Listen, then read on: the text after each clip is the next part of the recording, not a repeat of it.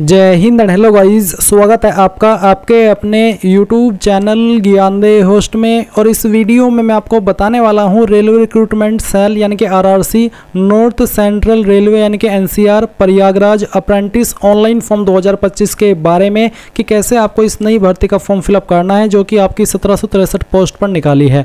इस वीडियो के अंदर आपको कंप्लीट जानकारी दी जाएगी जिससे कि आप इस फॉर्म को बिना किसी मिस्टेक के भर पाएंगे। तो चलिए शुरू करते हैं गाइज। अगर आपने अभी तक वीडियो को लाइक शेयर नहीं किया हो तो कर देना और चैनल को सब्सक्राइब करके बेल आइकन ऑन कर लेना। फिर जो लिंक मैंने आपको इस वीडियो को डिस्क्रिप्शन में दिया है आप ओपन करेंगे, आपको जानने को मिलेगा कि 1763 पोस्ट पर ये अप्रेंटिस की वैकेंसी निकाली गई है। एज लिमिट आपकी 15 से 24 साल के बीच रखी गई है। जॉब लोकेशन आपकी उत्तर प्रदेश रहेगी। एंड गाइज 10वीं और ITI वाले कैंडिडेट अप्लाई कर पाएंगे। स्टाइपेंड आपको इसमें 8000 से लेकर के 9500 रुपये पर मंथ दिया जाएगा। इसमें आपका कोई एग्जाम नहीं होगा, कोई इंटरव्यू नहीं होगा, सिर्फ मेरिट के आधार पर आपका सिलेक्शन किया जाएगा।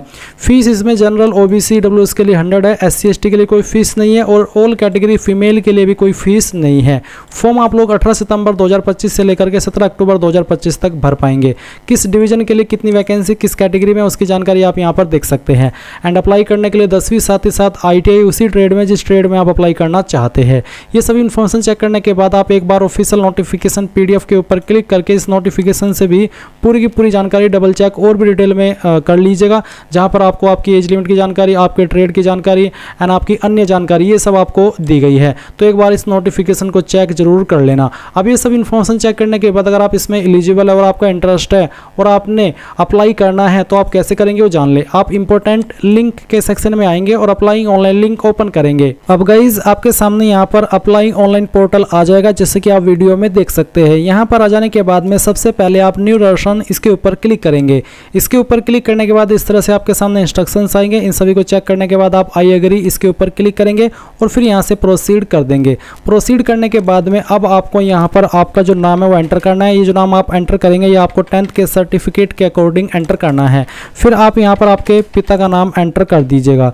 ये एंटर करने के बाद आप देखेंगे आधार नंबर, तो जो भी आपका आधार नंबर है वो आप यहाँ पर डाल दीजिए। फिर आप आपका 10 डिजिट का मोबाइल नंबर डालिए, अपनी ईमेल ID डालिए जो कि आप रजिस्टर करना चाहते हैं और उसके बाद में क्रिएट लॉगिन इसके ऊपर क्लिक करेंगे। अब आपके नंबर के ऊपर एक OTP गया होगा, वो OTP आप यहाँ पर डाल दीजिए और फिर सबमिट कर दीजिए। सबमिट करने के बाद आपका रजिस्ट्रेशन हो जाएगा और आपको यूजर ID एंड पासवर्ड की जानकारी आपकी डिस्प्ले के ऊपर दिखाई दे रही है।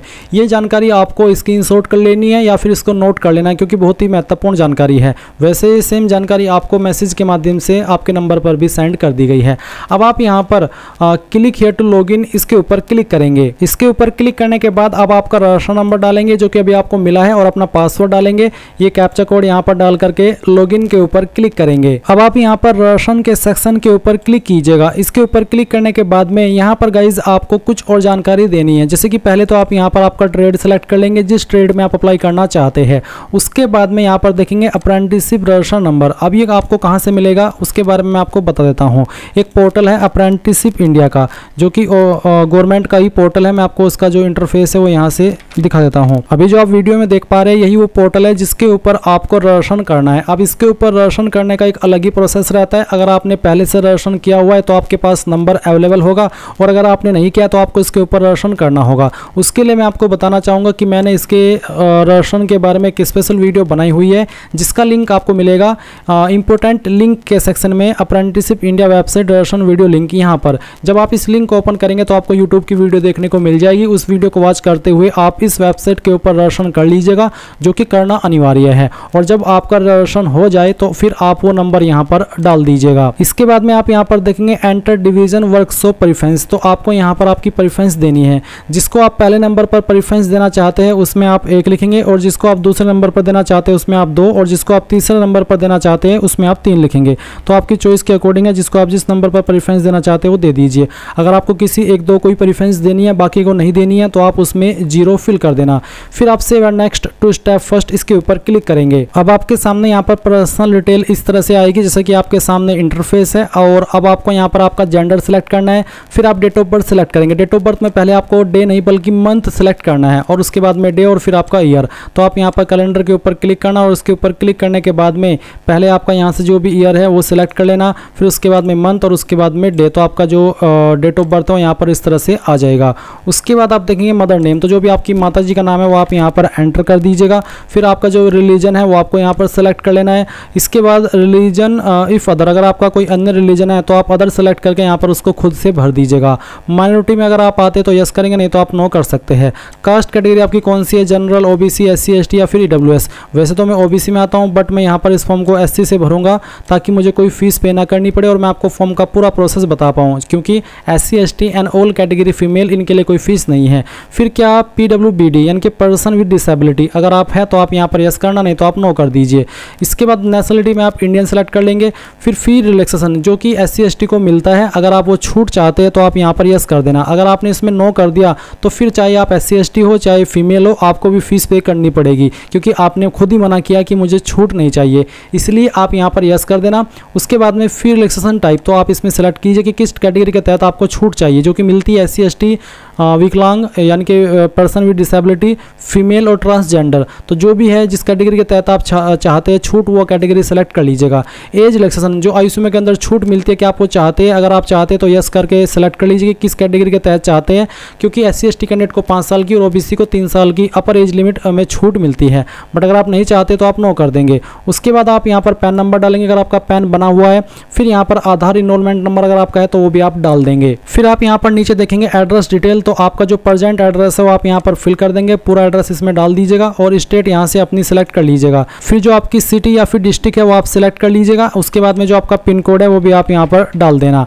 अब यहाँ पर एक नीचे लाइन है सेम एज कोरेस्पोंडेंस एड्रेस, यानी कि अगर आपका प्रेजेंट एड्रेस और परमानेंट एड्रेस सेम है, अलग अलग नहीं है, तो आप इसके ऊपर टिक कर देना। अगर अलग अलग है तो अनटिक करके अलग से अपना परमानेंट एड्रेस फिल कर देना। अब आप यहाँ पर डिक्लेरेशन के नीचे टिक कर देना और फिर save and next to step 2 इसके ऊपर क्लिक करना। इसके बाद आपके सामने यहाँ पर एकेडमिक एंड टेक्निकल डिटेल यानी कि क्वालिफिकेशन की जानकारी आ चुकी है। तो सबसे पहले आप 10वीं की इन्फॉर्मेशन भरेंगे। 10वीं आपने किस साल के अंदर पास की थी वो आपको यहाँ पर एंटर कर देना है।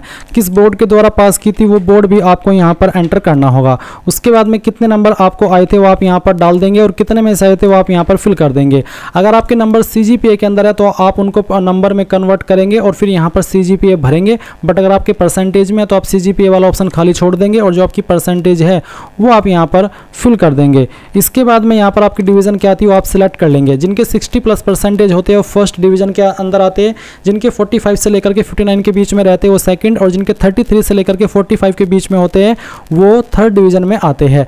अब आता है इंटरमीडिएट। अगर आपने 12वीं भी किया तो आप 12वीं की जानकारी भी सेम वे में भर देंगे जैसे कि अभी आपने 10वीं की भरी है। बट अगर आपने सिंपल 10वीं की है तो उसके बाद नीचे की तरफ आएंगे और टेक्निकल क्वालिफिकेशन में ITI की जानकारी भरेंगे। तो आपने ITI कहाँ से किया है उस इंस्टीट्यूट का नाम आपको यहाँ पर एंटर करना है। पूरा नाम आप यहाँ पर डाल दीजिएगा। किस साल के अंदर पास की थी वो साल आप यहाँ पर भर देंगे। फिर आप सर्टिफिकेट नंबर डालेंगे, किसके द्वारा की है, NCVT या SCVT वो आप सिलेक्ट कर लेंगे। फिर ट्रेड यहाँ पर ऑटोमेटिकली है। उसके बाद में कितने नंबर आपको आए थे वो आप यहाँ पर डालेंगे। मैं आपको डेमो के लिए नंबर फिल करके दिखा रहा हूँ। आप आपके रियल दोनों साल की मिला करके नंबर डालेंगे जो आपको प्राप्त हुए थे और फिर आपको यहाँ पर टोटल नंबर डाल देने हैं और उसके बाद में अपनी परसेंटेज फिल कर देनी है।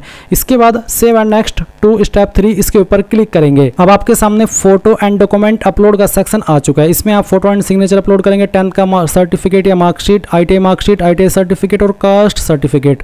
तो जो फोटो है इसका जो साइज है वो 15 से 100 KB के बीच में रहना चाहिए। फॉर्मेट JPEG या फिर JPG का। फोटो का बैकग्राउंड प्लान होना चाहिए। नो कैप सनग्लासेस यानी कि कोई आपने कैप ना लगाई हो, कोई सनग्लासेस ना लगाया हो। सिग्नेचर अपलोड करेंगे तो क्या करना है, चूज फाइल के ऊपर क्लिक करना और उसके बाद में जो भी आपकी फोटो फाइल है वो आपको यहाँ पर सेलेक्ट कर लेनी है। उसके बाद में आप यहाँ पर ओपन करेंगे, आपका फोटो इस तरह से आ जाएगा। अपलोड के ऊपर क्लिक करेंगे, आपकी फाइल यहाँ पर अपलोड हो जाएगी। उसके बाद आप यहाँ पर सेम वे में आपका सिग्नेचर अपलोड करेंगे। इसका साइज 5 से 50 KB के बीच में रखा है। तो फाइल सेलेक्ट कीजिए, ओपन कीजिए, अपलोड के ऊपर क्लिक कर दीजिए, आपका सिग्नेचर यहाँ पर आ जाएगा। फिर आप यहाँ पर एजुकेशनल सर्टिफिकेट में 10th का सर्टिफिकेट अपलोड करेंगे। इसका फॉर्मेट आपका PDF का रखा है। तो अगर ये इमेज में आप इसको PDF में कैसे बनाएंगे वो जान लीजिए। गूगल के अंदर आना और सर्च करना इमेज टू PDF। ये जो पहले वाली वेबसाइट आएगी ओपन कर लेना। उसके बाद सिलेक्ट JPG इमेजेस के ऊपर क्लिक करना और जो आपका 10th का सर्टिफिकेट है वो आपको सिलेक्ट करना है। उसको सिलेक्ट करने के बाद में आप यहाँ पर ओपन करेंगे। फिर आप कन्वर्ट टू PDF के ऊपर क्लिक कर देंगे तो जो आपने इमेज लिया था वो आपका यहाँ पर PDF के अंदर डाउनलोड हो जाएगा आपकी डिवाइस के अंदर। फिर आप यहाँ पर आएंगे और चूज फाइल के ऊपर क्लिक करेंगे और जो फाइल अभी आपने PDF में कन्वर्ट किया उसको सिलेक्ट करेंगे, ओपन करेंगे और अपलोड के ऊपर क्लिक करके इसको अपलोड कर देंगे। गाइज आपको ये चीज़ भी ध्यान में रखना है कि जो आपको बोला जा रहा है कि आपके फाइल का साइज कितना होना चाहिए, जो कि आप यहाँ पर देख भी सकते हैं। तो आप ये पहले अपलोड कर देंगे, उसके बाद ITI की मार्कशीट, फिर यहाँ पर ITI का सर्टिफिकेट, उसके बाद में आप यहाँ पर कम्युनिटी सर्टिफिकेट यानी कि कास्ट सर्टिफिकेट अपलोड करेंगे। अगर आप SC ST OBC है, विकलांग है तो ये सभी सर्टिफिकेट, उसके बाद में DOB सर्टिफिकेट जिसमें कि आप जन्म प्रमाण पत्र या फिर जो आपका 10th का सर्टिफिकेट है जिसमें कि आपकी DOB लिखी गई है वो आप अपलोड करेंगे।